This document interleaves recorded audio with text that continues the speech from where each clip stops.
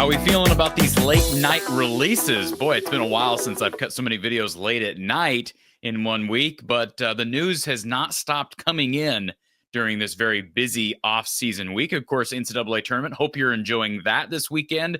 Elite Eight underway, and of course, women's hoops. Some drama there as well, as always in March, as we'd expect, as we get set to turn the calendar to April. One of the big news items that broke this week: former Iowa men's basketball head coach Fran McCaffery accepting another job as a D1 head coach. Congratulations to Fran. We'll talk about that, and I'll kind of give my 2 cents on the whole contract thing that is just another indictment on Gary Barta and company that signed Fran to an extension back during 2021. First of all, let's get to our sponsor and thank them. Iowa Floor Covering down in Bondurant.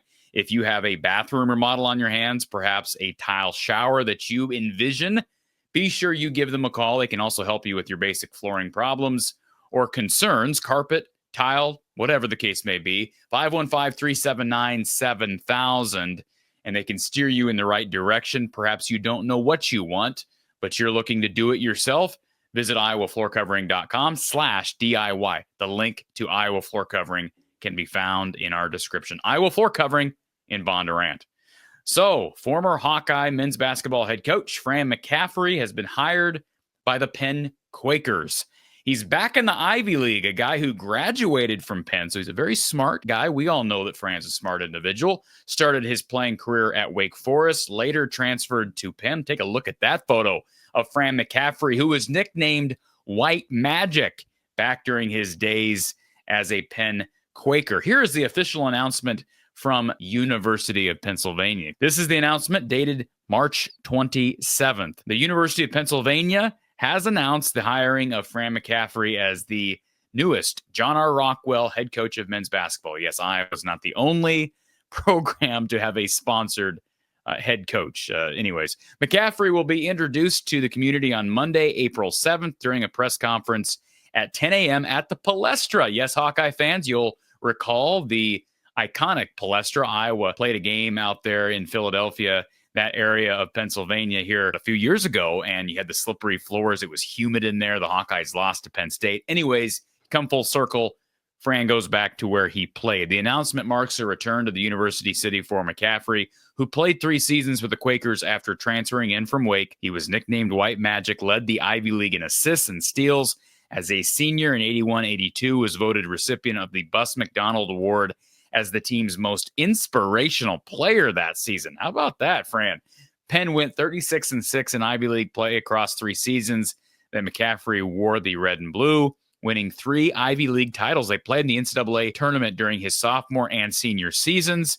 He then made his coaching debut at the Quakers following graduation as an assistant varsity coach and head sub-varsity coach. Interesting, under Craig Littlepage. Here's the quote from athletics director Alana Wren. "I am thrilled to bring Fran back to Penn and Philadelphia as our next head men's basketball coach. Fran has had success at every level of D1 and is passionate about restoring our program to glory.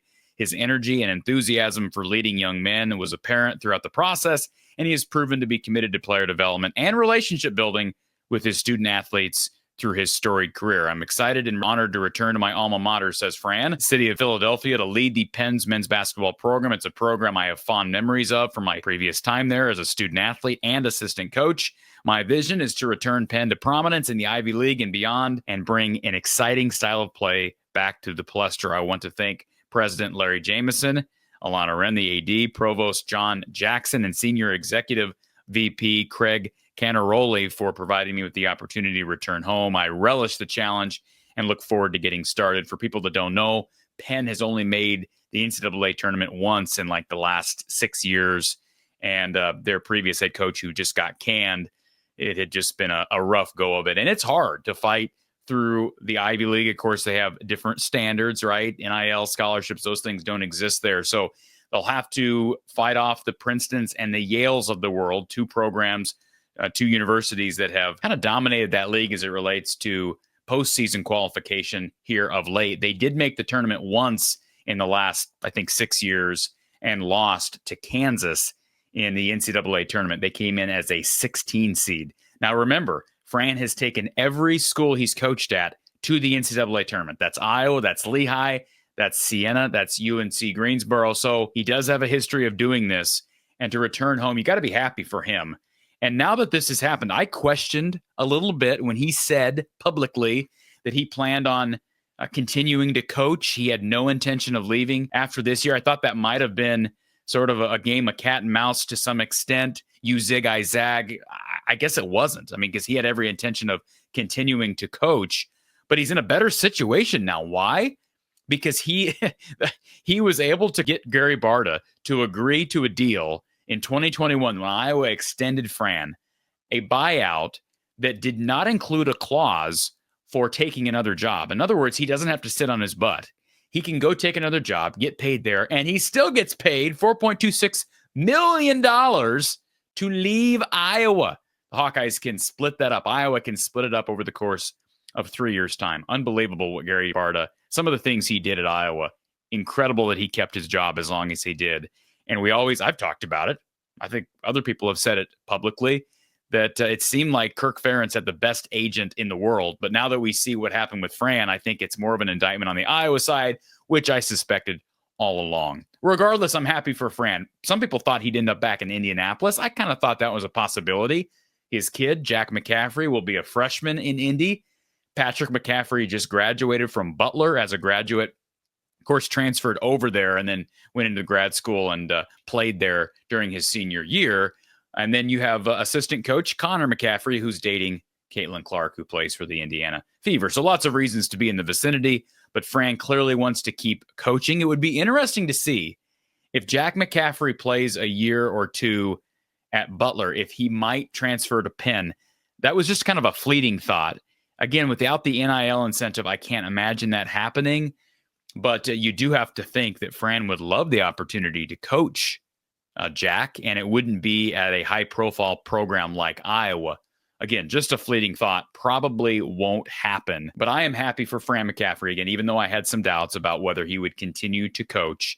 This lined up with his dismissal from Iowa, the idea, the opportunity to coach his alma mater. That's got to be a special thing. And how cool would it be if Penn somehow got back to the NCAA tournament under Fran? Again, it would be his fifth NCAA tournament program, I should say, or fifth different program that he's brought to the NCAA tournament as a head coach. And how cool would it be if Iowa played them? Very unlikely, but how cool would that be? Maybe even in an early season tournament. I don't expect Ben McCollum, based on the question I asked him the other day at his press conference, don't expect Ben McCollum to go play Penn at Penn. Like, that's not going to happen. I don't think Iowa would have any reason to do that. Granted, it would be fun to watch a game back at the Palestra against Fran McCaffery's team, but again, it won't happen. Probably a lose-lose situation, but how cool would it be in postseason play? So we can hope for that. Congratulations to Fran McCaffery, and I still have fond memories of Fran during his 15-year stint at Iowa, and wish him all the best at Penn, and we'll be anxious to follow the Penn Quakers here this next year and beyond. It will be cool to see what that team looks like. And I think that's it. That's kind of all as far as my thoughts are on this move. I think it's really cool. He's able to coach a D1 program. And I don't know. I don't know if he'll last 4 years. And that doesn't seem like all that long a time. But does he want to be pinned down as a head coach during Jack's entire career at Butler, assuming he stays there? Who knows? We'll just have to wait and see. But boy, Fran, he made out. I don't want to say made out like a bandit, because hey, if I was in his position, I'd take the $4.26 million and go coach somewhere too. That'd be pretty fun to go back to your home city area and be able to coach for Penn and also get some money off the program that fired you. So anyways, that's it. That's all, folks. Be sure you like the video. Subscribe here from the Hawkeye of the Storm, because these videos are going to continue. Maybe not the midnight releases like we've seen here in the last few days, but they will continue right here. Hawkeye coverage around the clock from the Hawkeye of the Storm. We'll talk to you soon.